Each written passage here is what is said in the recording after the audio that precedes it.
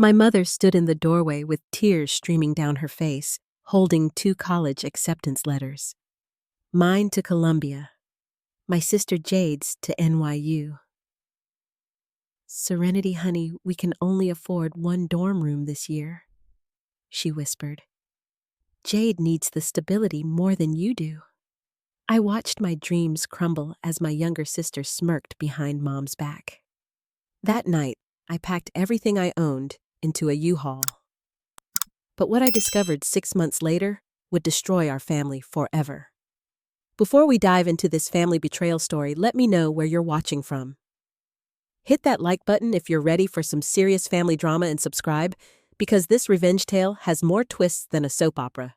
Trust me, you won't see this ending coming. The moving truck pulled away from our suburban Connecticut home on a rainy September morning, taking my childhood and my trust with it. I had exactly $300, a community college acceptance letter, and a part-time job at a local diner. Meanwhile, Jade got the full ride to NYU that our parents had been saving for since we were kids. "It's temporary," Dad had promised, avoiding my eyes. "Next year, when your mother gets that promotion, we'll help you transfer." But I knew better. I had always been the responsible one, the one who could handle disappointment. Jade was the baby, the one who needed protection. I found a studio apartment above Mrs. Rodriguez's bakery for $400 a month. The walls were paper-thin, the radiator clanged all night, and the bathroom was smaller than our walk-in closet back home. But it was mine.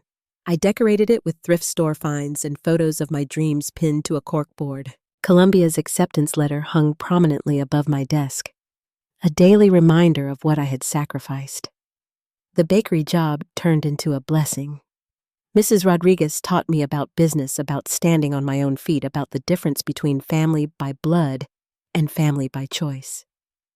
"Mija," she would say, kneading dough with weathered hands. "Sometimes the people who love us most are the ones who hurt us worst. They think they know what we need better than we do."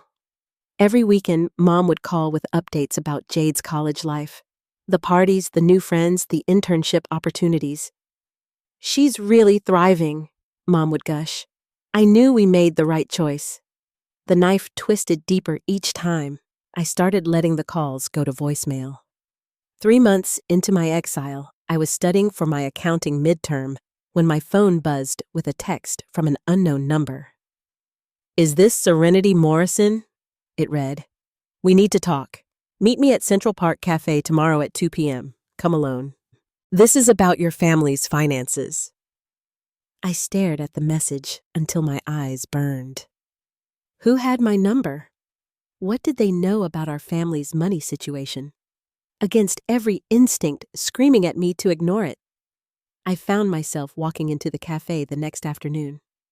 The woman waiting for me looked like she belonged in a corporate boardroom, not a coffee shop. Designer suit, perfectly styled auburn hair, confidence radiating from every pore. She stood when she saw me extending a manicured hand. "Serenity, I'm Patricia Williams from Williams & Associates Financial Planning. Thank you for coming."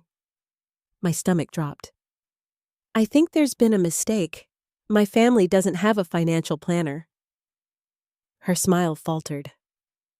"Please sit down. There's something you need to know about your parents' financial situation." She slid a manila folder across the table. "I've been managing your family's investments for the past 5 years." With trembling fingers, I opened the folder. Bank statements, investment portfolios, property deeds.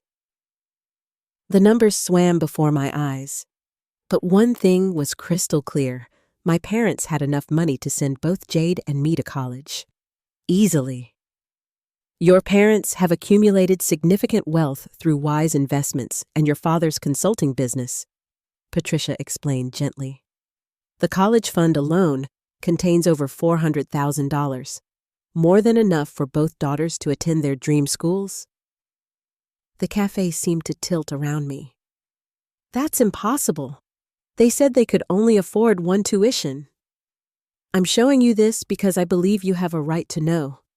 Your mother specifically instructed me not to discuss finances with you, But when I saw your name on that community college enrollment verification, they sent me for tax purposes." She paused, studying my face. "I have a daughter your age. I couldn't live with myself if I stayed silent." "Why are you telling me this now?" Patricia's expression hardened.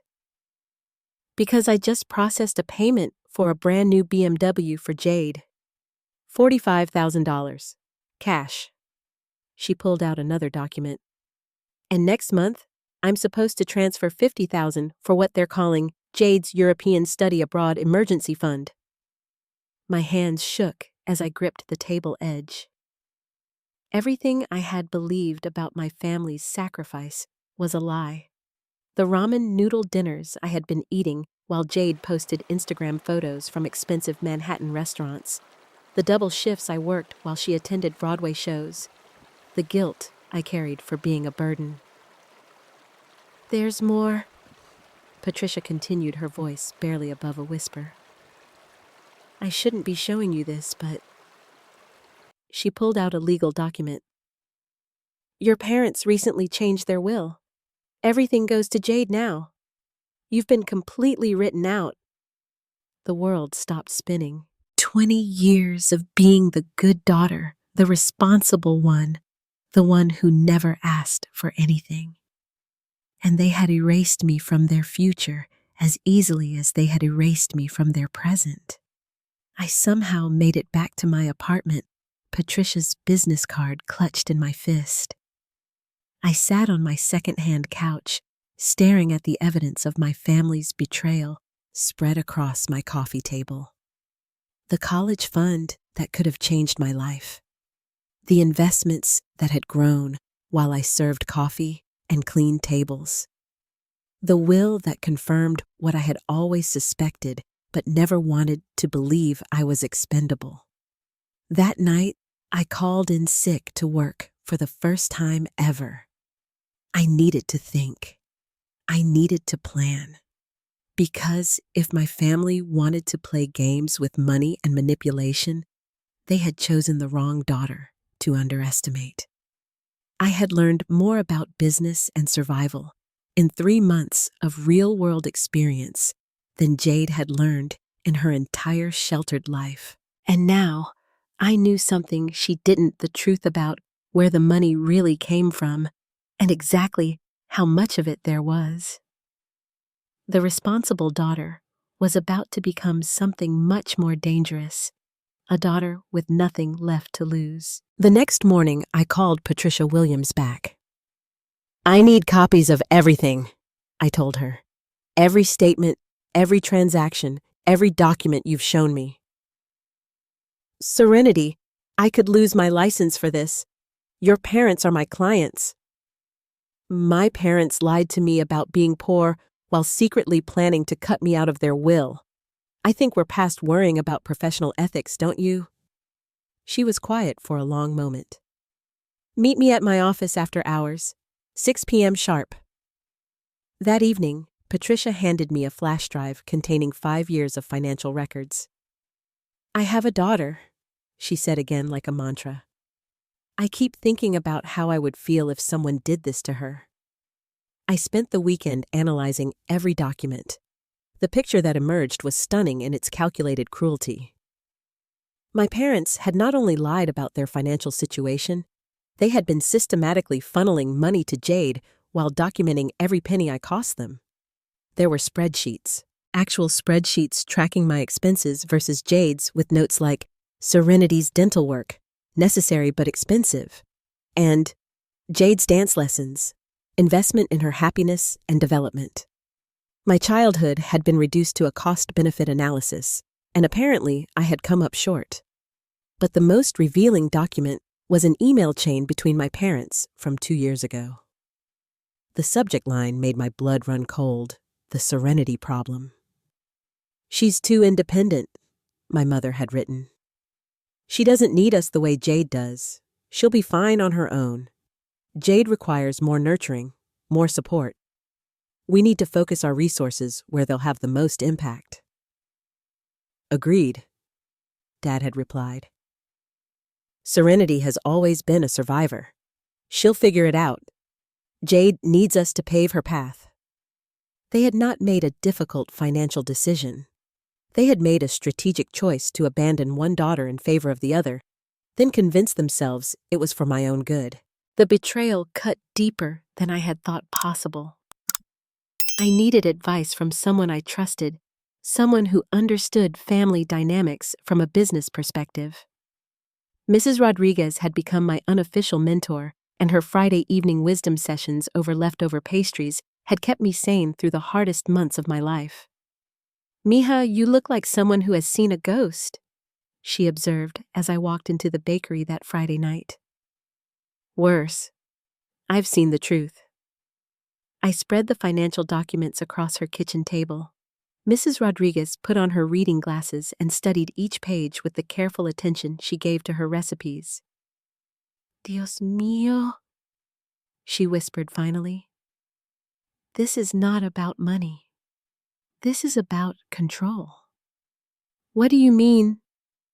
"Your parents, they have created a golden child and a scapegoat. Classic manipulation technique. They give Jade everything so she never learns to be independent, never questions their judgment. They give you nothing so you become strong, but also so they can maintain the narrative that you don't need them." Her words clicked pieces into place. "So when Jade inevitably fails, she comes running back to Mommy and Daddy, who get to be the heroes who saved her, and you succeed despite their sabotage, which proves they were right to invest in Jade because Serenity didn't need help anyway." It's sick. It's calculated. And now you have a choice, Mija. You can confront them with this evidence and get into a family war you cannot win because they will twist everything to make you the villain, or... Mrs. Rodriguez smiled, and for the first time I saw something sharp and dangerous in her expression. You can beat them at their own game. You have something they do not know. You have the truth about their finances and their strategy. Knowledge is power, but only if you use it correctly. She was right. Confronting them directly would accomplish nothing. They would deny, deflect, and gaslight me into believing I was being ungrateful and dramatic. I had spent 20 years watching them perfect these techniques on each other and everyone around them. But I had learned things in my months of independence that they had never bothered to teach me. Real-world skills, resourcefulness. And most importantly, I had learned to document everything. That weekend, I created my own spreadsheet. Every lie they had told me about their financial situation, every guilt trip about being expensive to raise, every time they had made me feel like a burden while secretly funding Jade's increasingly lavish lifestyle. I had emails, text messages, and now bank records. I was building a case. Monday morning, I enrolled in a business law class at the community college. If I was going to expose my family's financial manipulation, I needed to understand exactly what they had done and whether any of it crossed legal lines. The professor, Dr. Martinez, was a former corporate lawyer who taught evening classes for adult learners. "Interesting case study," he said when I presented a hypothetical scenario about parents misrepresenting their finances to their adult children. If the parents signed any financial aid documents claiming inability to pay, that could constitute fraud. If they're receiving any benefits or tax advantages based on claimed financial hardship, that's potentially criminal. My pulse quickened. What would someone do if they discovered something like this? Document everything. Report it to the appropriate authorities if laws were broken. But the first step would be understanding exactly what financial obligations the parents actually have to adult children, which in most cases is none. So they can't be forced to pay for college. Not legally, no, but they can be held accountable for fraud, tax evasion, or misrepresentation of their financial status for benefits. I left that class with a new understanding of my situation. I might not be able to force my parents to pay my tuition, but I could expose their lies and hold them accountable for any illegal activity I discovered. That night, I opened a new browser tab and began researching my family's business dealings. My father's consulting company had been mentioned in the financial records, but I had never paid attention to what exactly he consulted about. What I found made everything else look like small change. Morrison Financial Consulting specialized in helping wealthy families hide assets from tax authorities and divorce proceedings. My father was not just lying to his own family about money, he was helping other families lie about money for a living. And if he was half as good at hiding assets as his client testimonials claimed, there was probably a lot more money than even Patricia Williams knew about.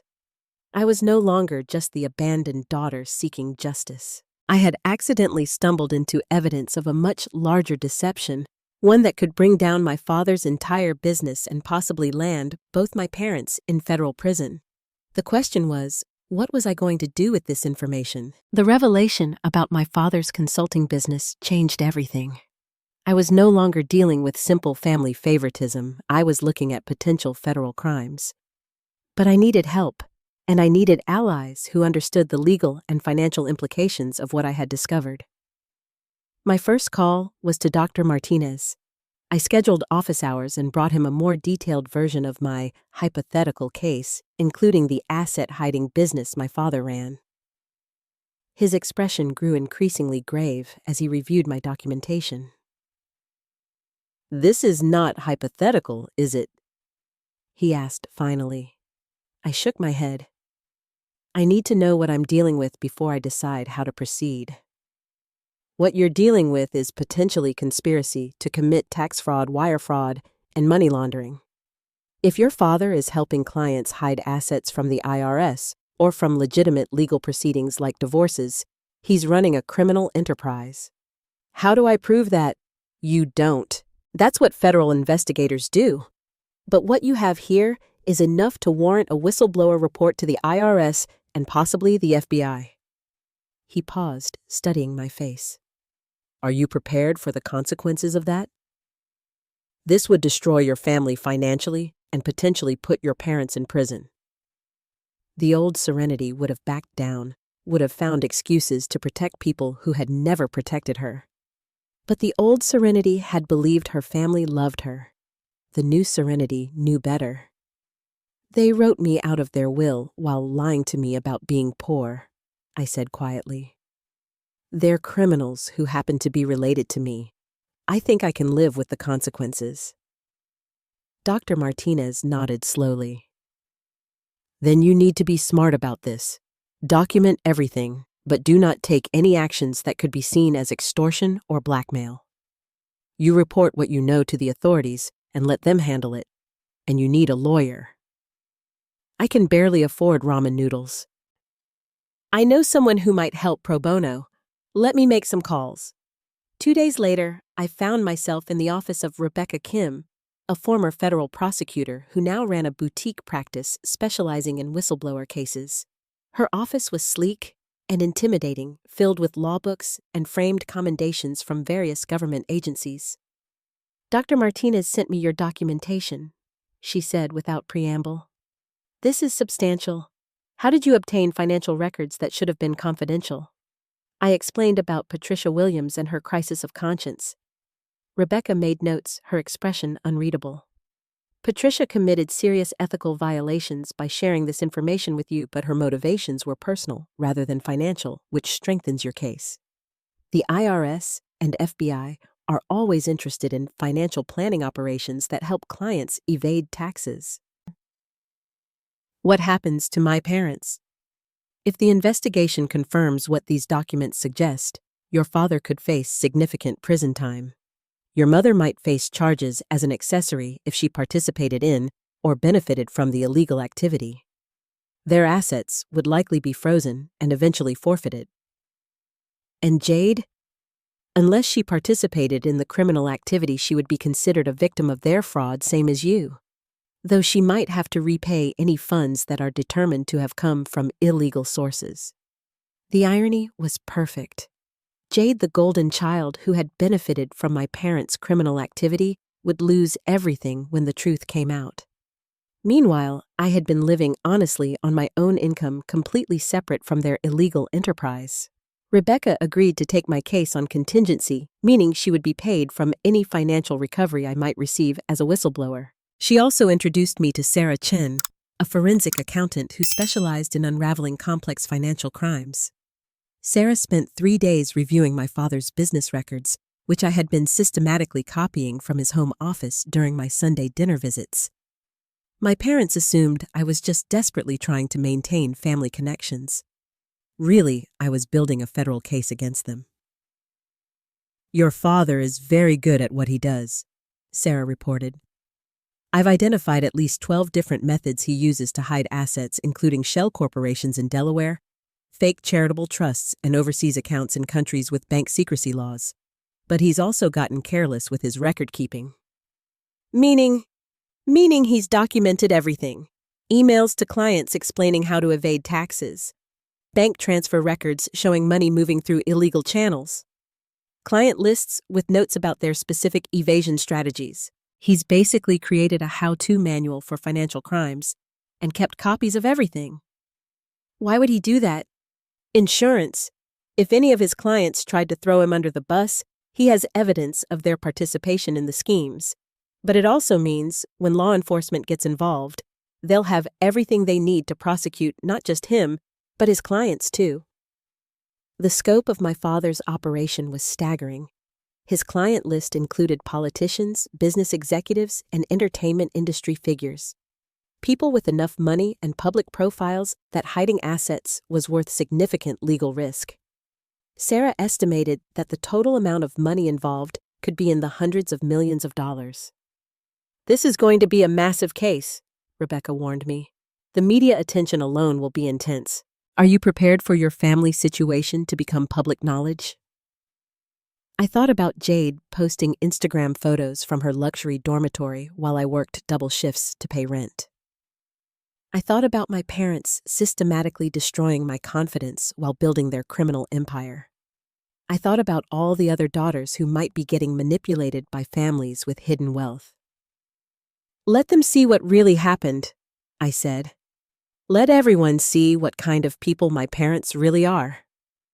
Rebecca smiled for the first time since I had met her. "Good, because whistleblower cases require courage, and you're going to need all of yours." We spent the rest of that meeting planning the timeline for reporting my discoveries to federal authorities. Rebecca would coordinate with both IRS Criminal Investigation and the FBI Financial Crimes Division. Sarah would prepare detailed forensic reports documenting the illegal activity. My job was to continue gathering evidence while maintaining the appearance of normal family relationships. "How long before they're arrested?" I asked.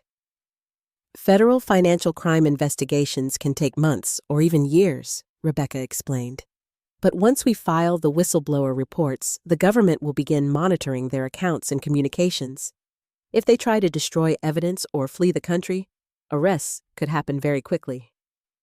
That evening, I called my parents for our weekly check-in, just like I had every Wednesday for the past 6 months. My mother chatted about Jade's latest accomplishments, a prestigious internship, a new designer wardrobe plans for studying abroad in France. "We're so proud of how well she's adjusting to college life," Mom gushed. "She's really blossoming into the young woman we always knew she could become." "That's wonderful," I said, taking notes on everything they told me. Each detail about Jade's expensive lifestyle was more evidence of where the money was really going. "I'm happy she's having such a good experience." "How are you doing, sweetheart? Are you managing okay on your own?" The fake concern in her voice made my stomach turn. "I'm learning a lot," I answered honestly. "About life, about family, about what people are really capable of." "That's good, honey. Independence is important. Your father and I always knew you had the strength to make it on your own." After I hung up, I sat in my tiny apartment and stared at the evidence spread across my desk. Bank statements showing hundreds of thousands of dollars, legal documents revealing criminal conspiracies, email chains documenting years of lies and manipulation. In less than a week, Rebecca would file the whistleblower reports that would destroy my family's world. Federal agents would start investigating every aspect of their lives. Reporters would start digging into their business practices. Jade would learn that her perfect college experience had been funded by criminal activity. And I would finally get something I had never thought I wanted: revenge. The sweet, systematic, legally sanctioned kind of revenge that would vindicate every sacrifice I had made and prove that honesty really was the best policy. But first, I had one more family dinner to attend. One last chance to look my parents in the eye while they lied to me about being poor. One final opportunity to memorize their faces before I brought their entire criminal empire crashing down around them. The federal agents arrived at my parents' house on a Tuesday morning. I watched from Mrs. Rodriguez's bakery across town as the news broke on every major network. Prominent financial consultant arrested in multi-million-dollar tax fraud scheme scrolled across the bottom of CNN while my phone buzzed with calls from reporters who had somehow gotten my number. Rebecca had warned me this would happen, but seeing my father in handcuffs on live television still felt surreal. The man who had taught me to ride a bike, who had attended every school play, who had convinced me I was too expensive to deserve a college education, was being led away by FBI agents in front of our neighbors and news cameras. My mother's arrest came 3 hours later. The charges were extensive conspiracy to commit tax fraud, money laundering, wire fraud, and operating a continuing criminal enterprise. The federal prosecutor held a press conference explaining that Morrison Financial Consulting had helped clients hide over $200 million from tax authorities over the past decade. "This was not a momentary lapse in judgment," the prosecutor announced. "This was a sophisticated, long-running criminal operation designed to help wealthy individuals evade their legal obligations to society while ordinary Americans paid their fair share." Jade called me, crying hysterically. "Serenity, what's happening?" "The FBI was at my dorm asking questions about where my tuition money came from. They froze all my accounts. My credit cards aren't working. What did Mom and Dad do?" For a moment, I almost felt sorry for her. She genuinely had no idea that her perfect life had been funded by criminal activity. But then I remembered every Instagram post from expensive restaurants, every casual mention of shopping sprees, every time she had looked at me with pity for being the poor sister. "They lied to us about everything," I told her. "About being poor, about only being able to afford one college tuition, about their business. Dad was helping rich people steal money from the government, and they used that money to pay for your lifestyle while telling me I was too expensive to deserve help. But I didn't know. I never asked them to commit crimes for me. You never asked where the money was coming from either. You just assumed you deserved it more than I did." The line went quiet. "You knew, didn't you? You reported them." "I reported criminals who happened to be related to me, just like any good citizen should do. They're our parents. They were criminals who happened to share my DNA. There's a difference." I hung up before she could respond. Whatever relationship we had was over, and honestly, it had been over the day she smirked while Mom told me they could only afford one dorm room. The next few days were a media circus. Rebecca fielded dozens of interview requests, while Sarah worked with federal investigators to trace every dollar that had moved through my father's operation. The client list read like a who's who of wealthy criminals, senators, CEOs, movie producers, tech entrepreneurs. Everyone who thought their money could buy them immunity from the law. Patricia Williams was granted immunity in exchange for her cooperation with the investigation. She had kept meticulous records of every illegal transaction she had been asked to process documentation that would make the government's case ironclad. "I couldn't sleep at night," she told a reporter outside the federal courthouse. "When I saw what they were doing to their own daughter, while stealing millions from taxpayers, I knew I had to speak up. Some things are more important than client confidentiality." The media loved the angle of the abandoned daughter who brought down her family's criminal empire. From food service to federal witness, how one young woman's quest for truth exposed a multi-million-dollar fraud was the headline in the Washington Post. The daughter they left behind takes down their house of lies, ran in USA Today. Dr. Martinez arranged for me to do one carefully controlled interview with a financial crime reporter who had covered similar cases. I sat in Rebecca's office, cameras rolling, and told the world exactly what had happened. My parents taught me that honesty was the most important virtue, I explained. They taught me to work hard to tell the truth, to take responsibility for my actions. I learned those lessons well. When I discovered they weren't living by their own rules, I did what they raised me to do. I told the truth. Do you regret exposing your own parents?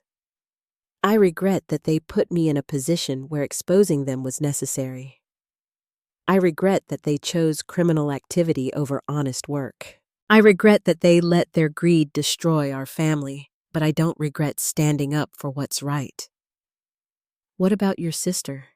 She's lost everything through no fault of her own. My sister benefited from criminal activity for years while I worked minimum wage jobs. She has the same education and opportunities I do. She'll have to figure out how to support herself honestly, just like I did. The difference is, she's starting with a college degree that I paid for through my taxes while her parents stole money from the government. The reporter's eyebrows shot up. You paid for her education? Every taxpayer did. When wealthy people evade taxes, everyone else has to pay more to make up the difference. My parents stole from every honest working person in America to pay for Jade's lifestyle, including me. That soundbite played on every news channel for a week. The trial was still months away, but the evidence was so overwhelming that Rebecca was confident my parents would accept plea deals. The government had offered reduced sentences in exchange for full cooperation in prosecuting their clients, but both had refused so far. They still think their money and connections will save them, Rebecca explained. They don't understand that their money was stolen and their connections are all criminals facing their own charges. The asset forfeiture had been swift and complete. The house, the cars, the investment accounts, even Jade's BMW had been seized by federal marshals. She was living in a friend's dorm room and working in the campus cafeteria to pay for food. For the first time in her life, she was experiencing what I had lived with for months.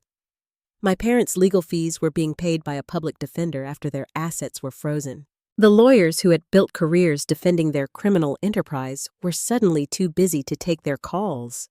The whistleblower reward from the IRS was substantial, 15% of the recovered taxes, which preliminary estimates suggested could be over $30 million. Rebecca was negotiating additional rewards from the FBI and other agencies involved in the investigation. But the money was not what mattered most. What mattered was watching the house of lies crumble. What mattered was seeing justice served for every honest taxpayer my parents had stolen from. What mattered was proving that truth really was more powerful than wealth manipulation and family loyalty. My parents had taught me that I was not worth their investment. I had proven that I was worth far more than they could ever afford to lose. The plea negotiations collapsed spectacularly when my father decided to represent himself in court. Against the advice of every legal expert who would still speak to him, he insisted that his business practices were legal, and that I was a disgruntled daughter seeking revenge for being treated fairly.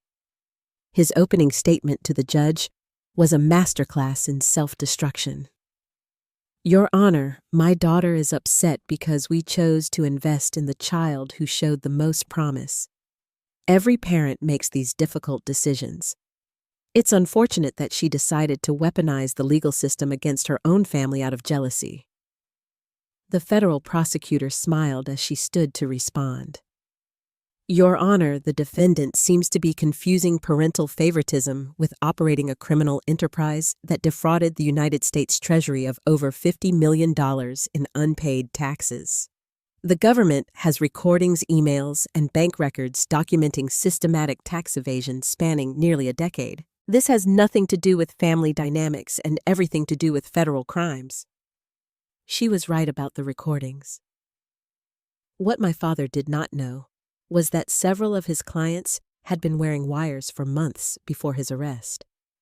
The FBI had audio of him explaining exactly how to hide assets, how to create fake charities, how to structure transactions to avoid triggering federal reporting requirements. The recordings played in court were devastating.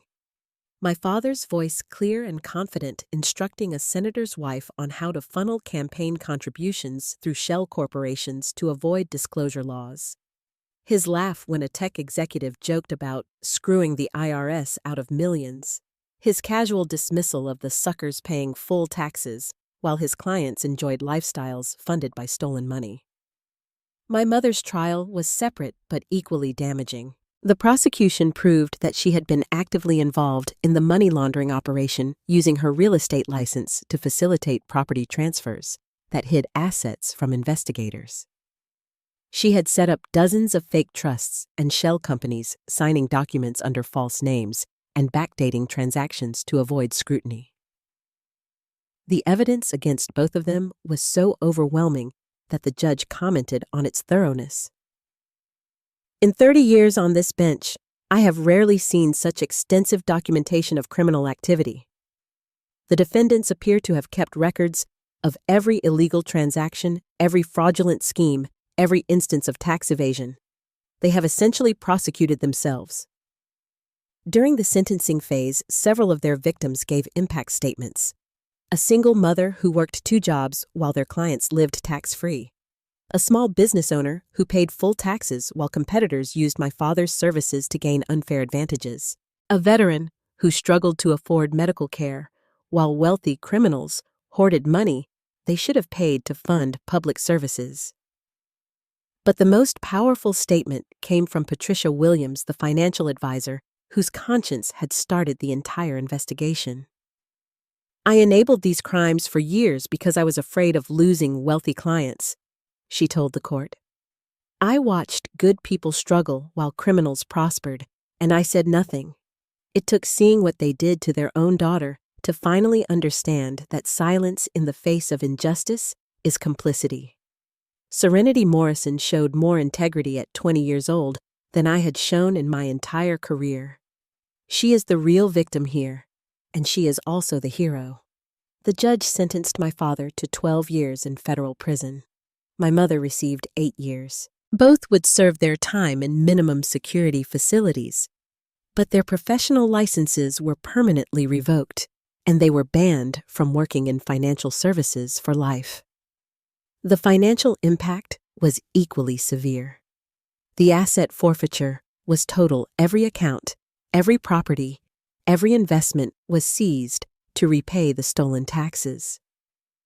The whistleblower rewards were finalized at $32 million, making me wealthy beyond anything my parents had ever achieved through legitimate means. Jade testified at their sentencing hearing, pleading for mercy. They're good parents who made bad choices, she sobbed. They love their family. They were just trying to provide for us. The judge's response was gentle but firm. Ms. Morrison, your parents provided for you with money stolen from honest taxpayers. They chose to commit crimes rather than live within their legitimate means. Love does not excuse criminal behavior, and providing for family does not justify stealing from society. After the sentencing, Jade cornered me in the courthouse hallway. She looked thin and exhausted, a far cry from the confident college student who had smirked while I packed my belongings into a moving truck. Are you happy now? She demanded. You destroyed our entire family. Mom and Dad are going to prison because of you. Mom and Dad are going to prison because they committed federal crimes for almost a decade. I just reported what they did. They did it for us. Everything they did was to give us better lives. They did it for you, Jade. I was working minimum wage jobs while you spent stolen money. They wrote me out of their will while funding your luxury lifestyle with criminal profits. I was never part of their plan except as a scapegoat to make you look better. But they're our parents. They were criminals who happened to be related to us. There's a difference between family loyalty and enabling crime. She stared at me with a mixture of hatred and bewilderment. I don't understand how you could do this to your own family. I understand perfectly how they could steal millions from honest taxpayers while lying to me about being poor. We're different people, Jade. You think family means covering up crimes. I think family means holding each other accountable for doing the right thing. What am I supposed to do now? I have nothing. No money, no family, no home. For the first time since this all began, I felt a flicker of sympathy for her. She really had been a victim of our parents' choices, even if she had benefited from them. But she was also an adult who had never questioned where her privileges came from. You do what I did, I told her. You get a job, you find an apartment, you learn to live honestly. You build a life based on your own work instead of stolen money. It's not easy, but it's possible. I can't believe you're just abandoning me. I'm not abandoning you. I'm refusing to enable you the way our parents did. If you want a relationship with me, you can earn it by becoming someone worth having a relationship with. I walked away from her in that courthouse hallway, and I never looked back. The media coverage of the sentencing was extensive, but I declined all interview requests. The story was over. Justice had been served. The criminals were in prison, the stolen money was being returned to taxpayers, and I could finally move on with my life. But first, I had one more stop to make. Mrs. Rodriguez was kneading dough when I walked into her bakery that evening, just like she had been the night I first discovered my family's lies. But everything else had changed. I was no longer the desperate young woman living above her shop working for minimum wage while my family spent stolen millions. I was a federal whistleblower with enough money to do whatever I wanted with my life. Mija, she said without looking up from her work. You have that look again, like someone who has seen too much truth for one lifetime. It's over, I told her, sinking into my usual chair at her kitchen table. They're both going to prison. The money's been recovered. Justice has been served. And how does justice taste? I considered her question seriously. Better than I expected, but not as sweet as I hoped. They're still my parents, even if they're criminals.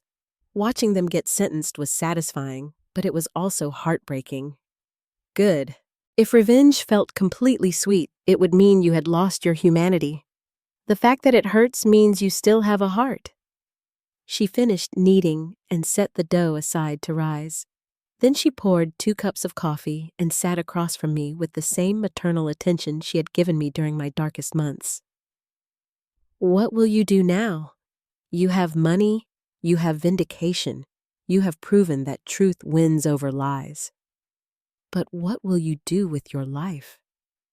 It was the question I had been avoiding since the whistleblower rewards were finalized. I had enough money to do anything, travel the world, attend any college, start any business, live anywhere I wanted. The possibilities were overwhelming after years of having no choices at all. I want to go back to school, I said finally. But not for the reasons I originally planned. I want to study forensic accounting and financial crimes.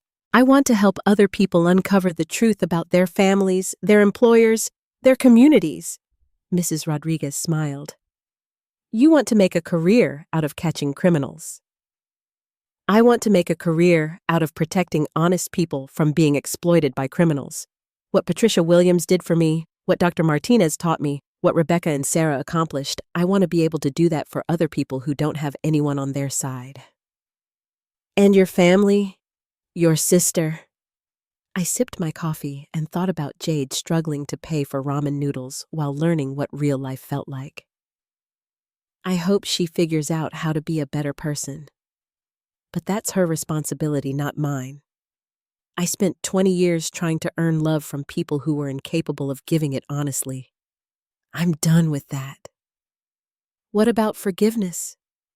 I forgive them for being criminals because that's a choice they made that says nothing about me. I don't forgive them for the emotional manipulation, the lies, the systematic destruction of my self-worth.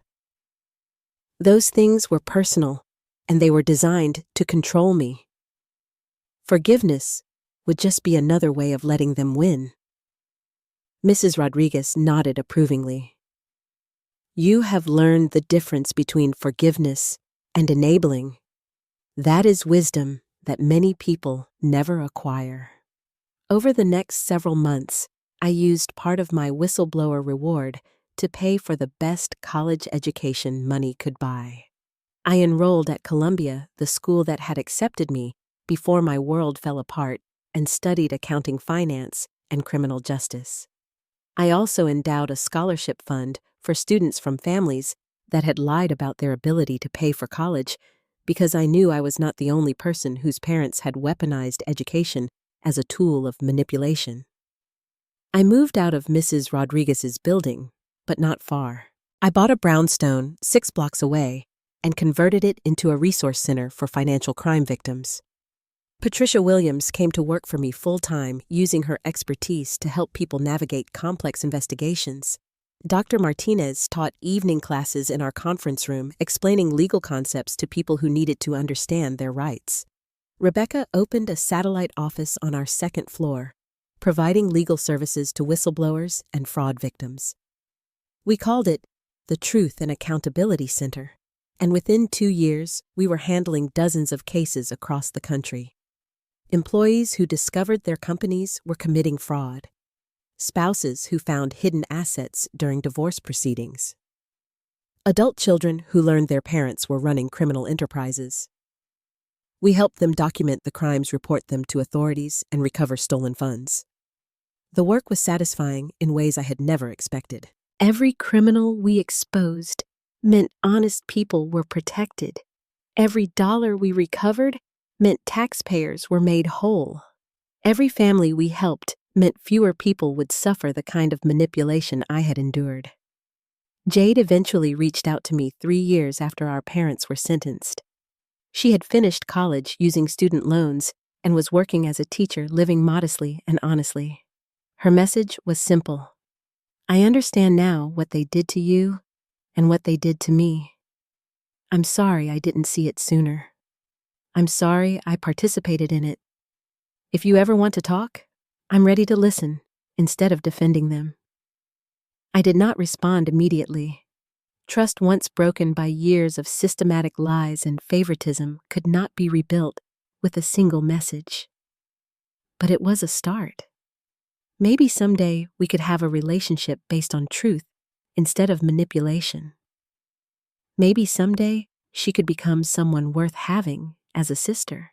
My parents wrote letters from prison, alternating between self-pity and manipulation.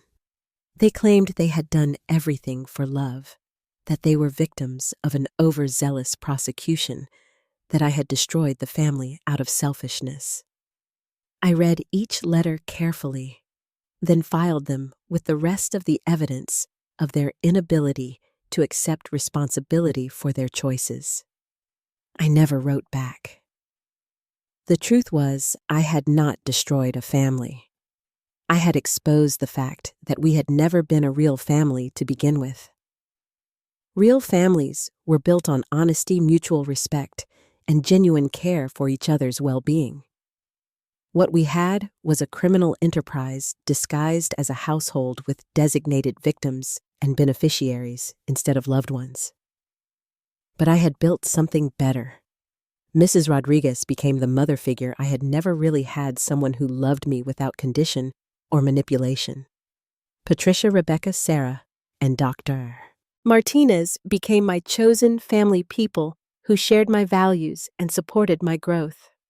The colleagues and clients at the Truth and Accountability Center became my community, united by our commitment to justice and honesty. The brownstone where I lived and worked was filled with laughter, heated discussions about cases, celebration dinners when justice was served, and comfort when investigations were heartbreaking. It was everything my childhood home had pretended to be, but never actually was. On quiet evenings, I would sit in my office and look at the wall where I had hung my original Columbia acceptance letter, the one I thought I would never be able to use. Next to it was my actual Columbia diploma earned through honest work and determination. Below that were thank you letters from people we had helped, pictures from team celebrations, and news articles about criminals we had exposed. Have you ever had to choose between family loyalty and doing what's right? Have you discovered that the people who claimed to love you were really just using you? Drop a comment below and tell me about your experience with family karma. I read every single one, and I'm always amazed by how many of us have survived manipulation and came out stronger.